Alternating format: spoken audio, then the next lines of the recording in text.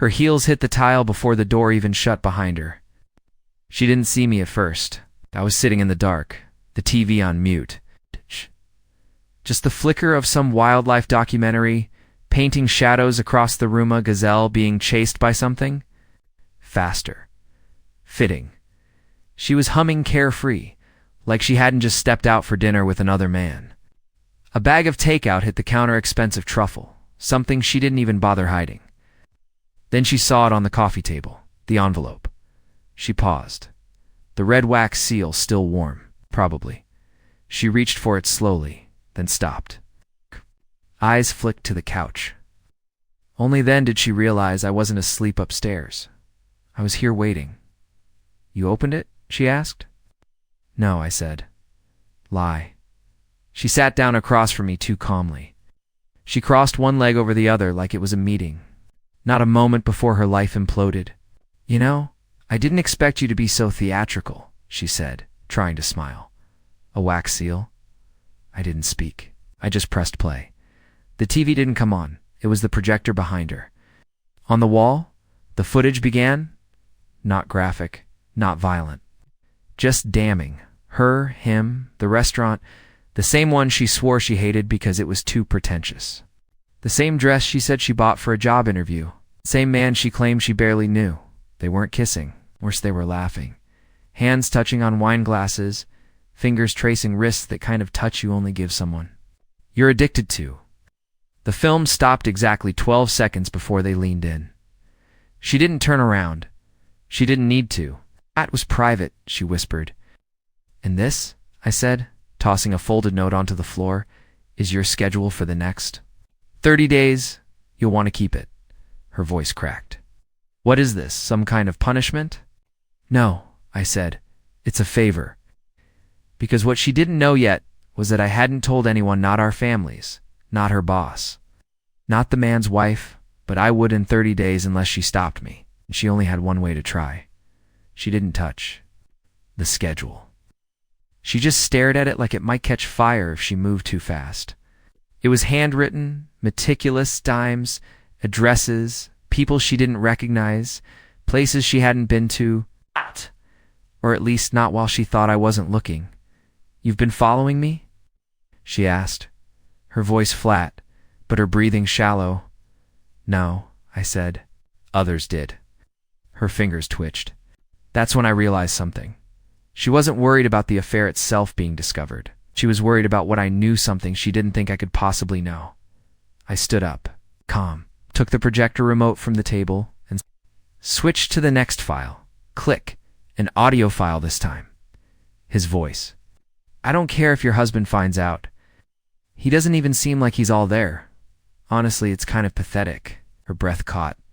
Another click, her voice now. Laughter. "Then he's too tired to notice.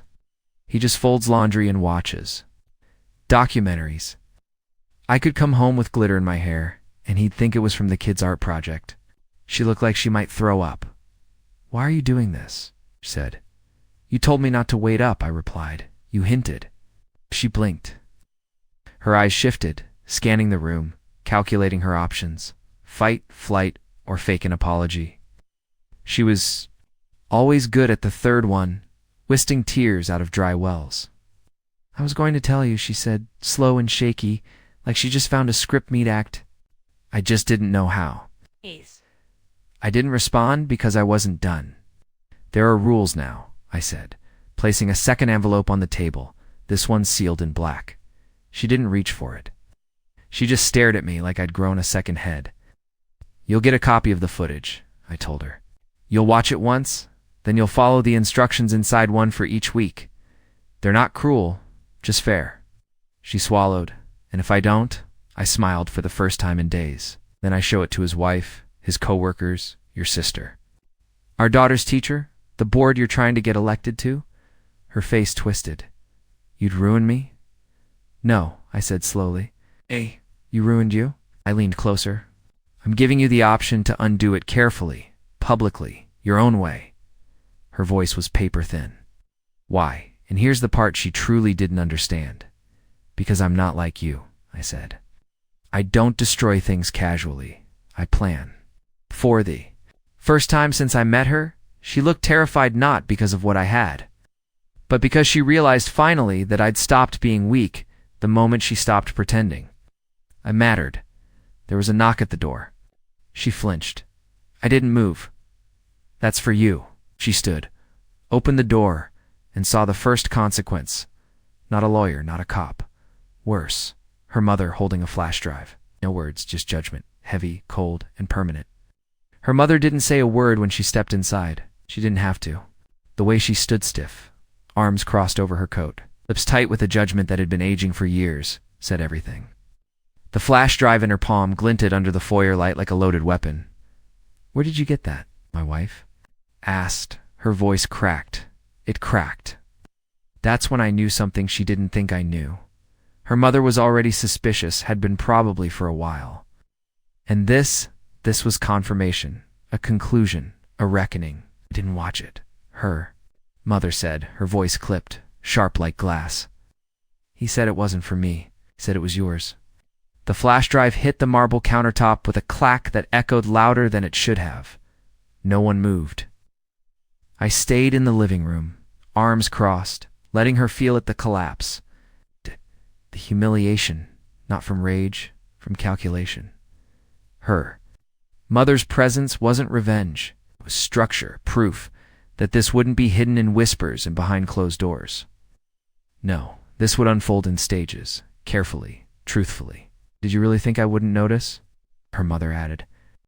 "You were practically glowing every time you left the house. What did you think?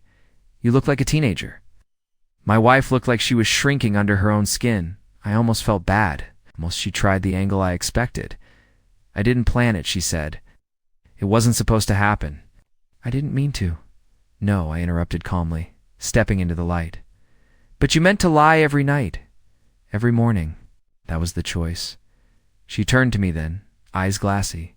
"And what?" "This is justice." I tilted my head. "You think this is justice?"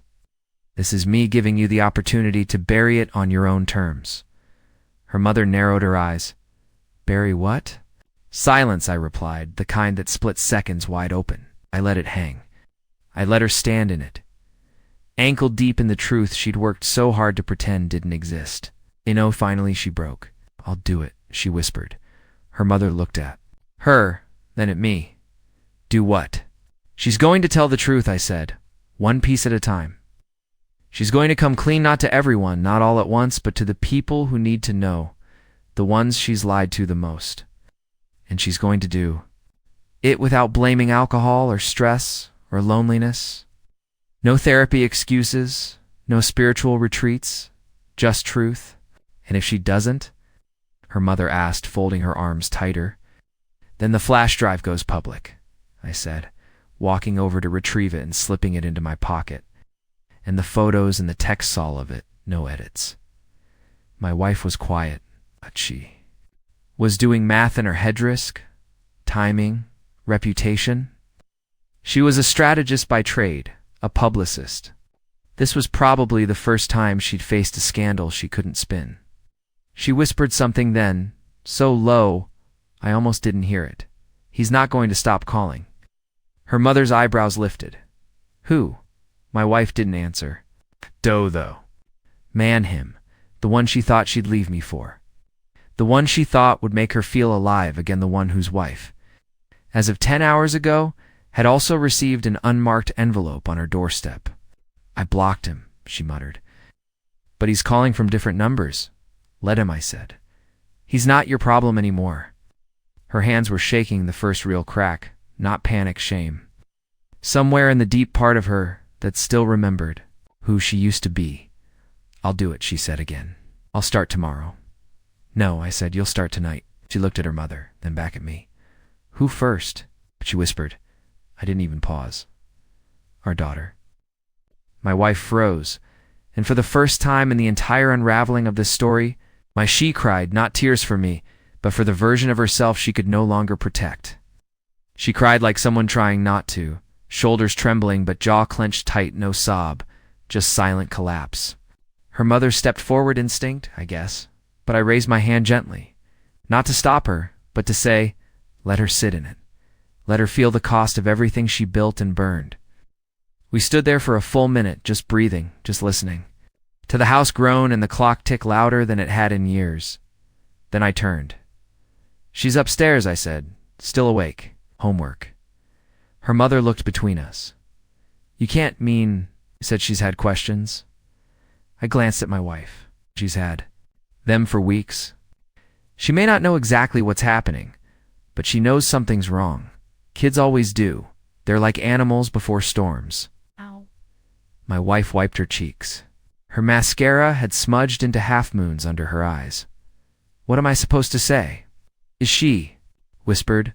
"What do you want me to say?" "Something that isn't a lie," I said. For once, she stood slowly, legs stiff, like they didn't want to carry her where she needed to go. The stairs loomed ahead of her like a mountain. She paused at the bottom. I didn't follow. I heard each creak of the step, every one louder than the last. When her voice came, it was muffled, soft. Then our daughter's voice, sharper, confused.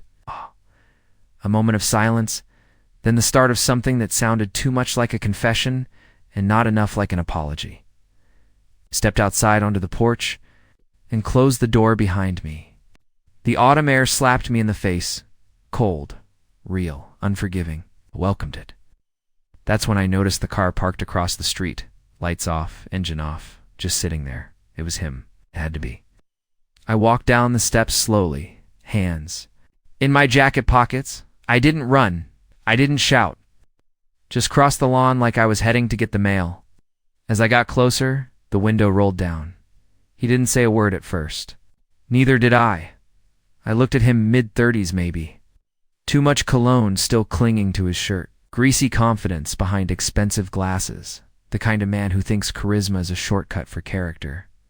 "You're Everett, right?" he asked. I didn't answer. "She told me you were passive." Still didn't speak. I smirked. Guess she was wrong. I leaned on the hood. "I'm going to say this once," I said, "and you're going to listen. You're not part of her story anymore. Whatever fantasy she sold you, it's over. She's going to fix what she broke privately, thoroughly, and you're going to disappear." He tilted his head. "You think you can control that?" "No," I said, "but I can control what happens next if you don't." He laughed. "Is that a threat?" "No," I said. "It's a reality. There's a folder on your boss's desk. It arrived this morning sealed, untouched. And unless you drive away in the next 30 seconds, he's going to open it tomorrow." His smile faded. "There's nothing illegal in it," I added. "Just context." The passenger in his car shifted. I hadn't even noticed someone was their woman. Maybe a friend, maybe not. She looked uncomfortable, like she knew something she shouldn't. He turned the key. "I loved her, you know," he muttered. "I'm sure you did," I said, stepping back. "So, did the first? But love isn't what you say when you're tearing someone in half." He didn't reply. Pulled away, no tires squealing, just slow, quiet surrender. I walked back to the house. The porch light flickered overhead like even it wasn't sure whose side it was on. I stepped inside just in time to see our daughter coming down the stairs. Her eyes were swollen. She walked past her mother without a word and hugged me tight. She didn't ask questions. She didn't have to. She already knew who was still standing and who weighed the next morning. The house felt hollow, not quiet, empty. Even the clocks ticked softer, as if they didn't want to interrupt whatever remained of the silence from last night. I heard her downstairs, pacing, not on the phone, not cleaning, just walking. I think she didn't know what to do with herself without the lies to tend to. She didn't speak to me, not when I entered the kitchen, not when I poured coffee, not even when I slid her phone across the table, the one I found tucked under a hoodie. In the back of her car, powered off, a second number she never gave me. I didn't need to say anything. The look in her eyes said she already knew I'd found it. That was the thing about people like her. When you caught them in the lie, they didn't panic. Calculated, they adjusted. They stayed just one step behind. The truth, and hoped you'd stop chasing. But I wasn't chasing anymore. I was clearing the wreckage. Later that afternoon, while she was upstairs with our daughter, I pulled down a box from the hall closet. It had been taped, shut, not labeled, not dusty either. Hadn't been there long. I cut it open. Inside were photos Azents, not of him, of her.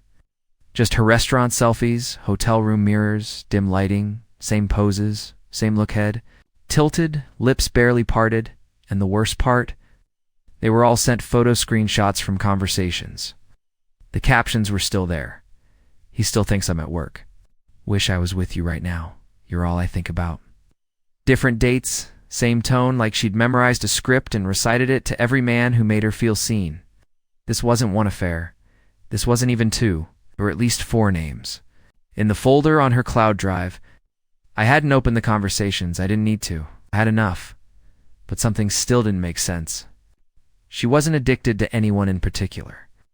She wasn't in love with any of them. She was addicted to the attention, the performance, the secrecy. It was like she'd built a second identity just to survive the one she had with me. And in some twisted way, I got it. I wasn't exciting. I wasn't dangerous.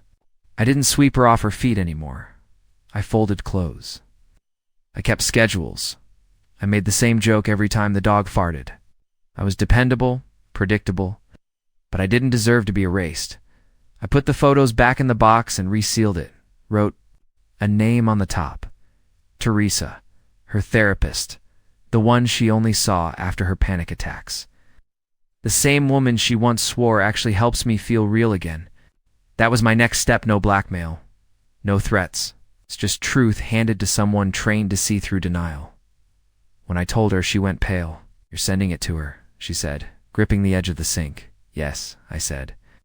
She should know what kind of healing you actually need. You're trying to punish me, I said. I'm trying to save whatever version of you still remembers what it means to be honest. She stared at me, then turned, walked out of the room, and slammed the door to our bedroom. I didn't follow. Instead, I sat on the couch and opened the old family laptop, the one I hadn't used since before she changed the passwords. And there it was, her email still logged in, a folder labeled drafts, dozens of unsent letters to me, to herself, to the man she almost left for. I opened the most recent one. It started with, if you're reading this, it means I didn't tell you in time. What followed wasn't an apology. It was a confession of fear, not of being caught, of being forgotten. She wrote about feeling invisible, about walking through our house like a guest, about choosing the affairs not for love, but for noise, because, she said, silence was louder than betrayal. And in that moment, for the first time in weeks, I felt something other than anger. I felt hollow, because I finally understood. She didn't just destroy us. She destroyed herself trying to feel alive. And I wasn't sure yet if I wanted to help her rebuild or just walk away before she took the rest of me down with her. That night, we ate in silence, just me, her, and our daughter, who kept her eyes on her plate the entire time, quietly pushing peas across mashed potatoes without ever lifting her fork. The television was off. The lights were too bright. Every scrape of a chair, every clang of silverware, echoed like glass shattering in a church. I tried not to look at my wife. She tried not to look at me. And yet we were orbiting the same burning star, the truth that nothing between us was untouched anymore. Not the food, not the walls, not the child caught between our ghosts. I told Mrs. Ellsworth, my wife said suddenly, her voice so low I wasn't sure our daughter even heard it. At the office, I told her I'd be stepping away from the fundraising project. Said I needed time, family time. I didn't nod. I didn't answer because for the first time, she wasn't saying it for me. She was saying it for our daughter. She wanted to be seen trying, but that wasn't how this worked anymore. After dinner, our daughter went upstairs. I watched her stop halfway, hand on the banister as if she might say something. She didn't. She just disappeared around the corner. The moment she did, my wife turned to me. I read them, she said. I knew what she meant. The letters, the drafts, the unsent apologies buried in her inbox like rotten fruit at the back of the fridge. I didn't ask how they made her feel. I didn't care. She took a slow breath, then added, "There's one you didn't read." I looked up for the first time. "It's not in the drafts," she continued. "It's printed handwritten. It's in the nightstand. I wrote it the day before our anniversary, the day I canceled dinner and said I had food poisoning. I remembered that night. I remembered sitting in the parking lot of the restaurant alone for 43 minutes, still holding the reservation. Myself, maybe she'd show, maybe she'd come late, maybe she just needed time. Instead, she'd spent that night 2 towns over at a rooftop bar with him. I wrote it, she said, eyes glassy. Then I tore it up. I couldn't say the words out loud. I was afraid if I did, I wouldn't be able to stop myself from leaving. She stood, slowly, as if moving too fast might trigger something in the air. Then she reached into her purse and pulled out a folded piece of paper, worn, like it had been handled 100 times, but never opened. I taped it back together, she said. I've read it 1,000 times, but you never have. She set it on the table between us and left the room. I sat there, staring at it, not touching it, because I didn't want to know if it said she loved me or pitied me or worse, nothing at all. When I finally unfolded it, I noticed the writing was uneven. Some parts were rewritten over with correction fluid. Some letters shook, others didn't. But one paragraph burned into me. I don't miss the man you used to be. I miss the way I used to look at you. I miss wanting to be home. I miss that feeling when you'd walk in the door and it felt like someone turned on the lights in the room. And now, I feel like I'm always sitting in the dark, even when you're right next to me. And I don't know how to come back to you without first leaving everything. The letter didn't absolve her. It didn't apologize for what came next. It was just a map of how far she'd gone before even stepping out the door. I folded it once, then again. When I looked up, she was standing in the hallway watching me. Her eyes said well, mine said too late. Because here's the thing no one tells you about betrayal. Sometimes it's not the lies or the infidelity that destroy the relationship. It's the moment you realize the other person stopped believing you were worth the truth a long time ago. Nothing written on paper could fix that. I didn't sleep that night, she did. I could hear her breathing shift after 2 a.m. It used to calm me. Not anymore. Now it felt like I was sharing a bed with a stranger who thought nothing could touch her once the lights went out. I lay there and stared at the ceiling, counting every faint tick of the old pipes, every ghost in the corners. At some point, I stopped counting. Instead, I remembered something she'd forgotten a Monday night. 6 years ago, before we had Junie, before we had whatever this marriage had become, it had rained hard. Our power went out halfway through dinner, and we ended up lighting candles.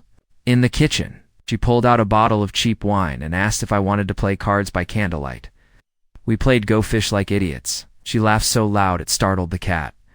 Then, out of nowhere, she leaned over the table and whispered, "If we lose all this one day at the house, the jobs, everything, promise me you'll still play cards with me in the dark." I promised her, and for years I kept that promise until I realized she stopped asking to play, stopped lighting candles, stopped sitting in the dark with me. She just left long before her body did. By morning, the house was too quiet again.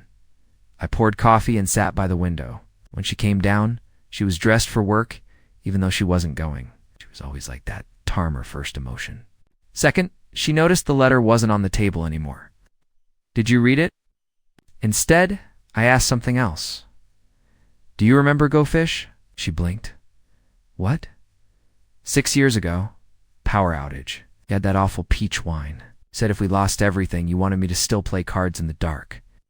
She opened her mouth, but nothing came out. "You don't remember?" said quietly. She stepped closer. "I think I do now that you mention it, but it was a lie. You don't forget promises like that. You only forget them when they stop matching." I stood and handed her a manila folder. She didn't ask what was inside. She knew it was everything, the names, the messages, the nights, the receipts. The hotel dates that didn't match her calendar. Web of stories turned to ash on pages she'd never be able to burn. "I'm giving you one final choice," I said. "You either tell the truth to the people who still believe in your board, your friends, the community you're trying to serve, or I send this to all of them without warning." She was trembling again. "You're trying to ruin me." "No," I said. "I'm trying to make sure I'm not the only one who has to live with the real version of you." Then I walked out, not out the door, just away from her to the backyard. And that's where I stayed for nearly an hour, breathing in the cold, watching the trees sway, trying to remember what peace used to feel like. When I came back inside, she was on the floor in the hallway, holding the folder, shaking. "I called them," she said without looking up. "The board?" I told them I needed to speak, that there's something they should hear from me directly. I don't know what I'll say. Just know I'm going to say it. I stood there unsure whether to believe her, but she looked up. For the first time since all of this started, I saw no defense in her eyes, only terror, real naked terror of being known, of being seen without the mask. And part of me wanted to comfort her, but a louder part whispered, "Let her feel it. Her finally feel everything you did." So I turned away again, because you can only carry someone so far before they become the reason you drown. The day she told the truth. It rained, not a dramatic storm, just a soft, steady drizzle, the kind that makes everything outside look like it's under glass. She stood in front of the community board, not a courtroom, not a church, just 12 people who had trusted her with grants, local events, school outreach. Some had known her for a decade, some only a few months. But they all listened. She didn't cry, she didn't deflect. She told them she had betrayed her marriage, her position, and most of all, her sense of self, that she was stepping down indefinitely, that she needed time to become someone worth trusting again, not just professionally. But as a human being, when she walked out of that room, she didn't look broken. She looked stripped down to bone. But her chin was up. She didn't ask for praise. She didn't look for approval. She simply said to me in the parking lot, "Thank you for forcing me to see myself." I nodded, nothing more. For the next few days, the house was quiet, but not haunted. She cooked dinner, sat with our daughter for homework, walked the dog in the evening, not because she wanted to prove anything, but because she needed routine to heal. One evening, I came home late from work. The sun had just vanished behind the trees. I stepped inside expecting darkness, but the hallway light was on, and beside it, a deck of cards sat on the hallway table. Go fish. 2 glasses of cheap peach wine next to it. She was sitting on the floor, waiting, not smiling, just there, present. "I don't expect anything from you," she said. "I just want to play cards again, not for what we had, but for what we forgot." I stood still, and for the first time, I felt something shift inside me, not forgiveness, not forgetting, but airspace, the freedom to sit down without feeling like I was surrendering. Put my keys down, sat across from her, and said, "Got any 3s?" She smiled, not wide, not perfect, but real. And as we played with no music, no phones, no masks, I realized something. Maybe the story wasn't about betrayal after all. Maybe it was about waking up finally together or not.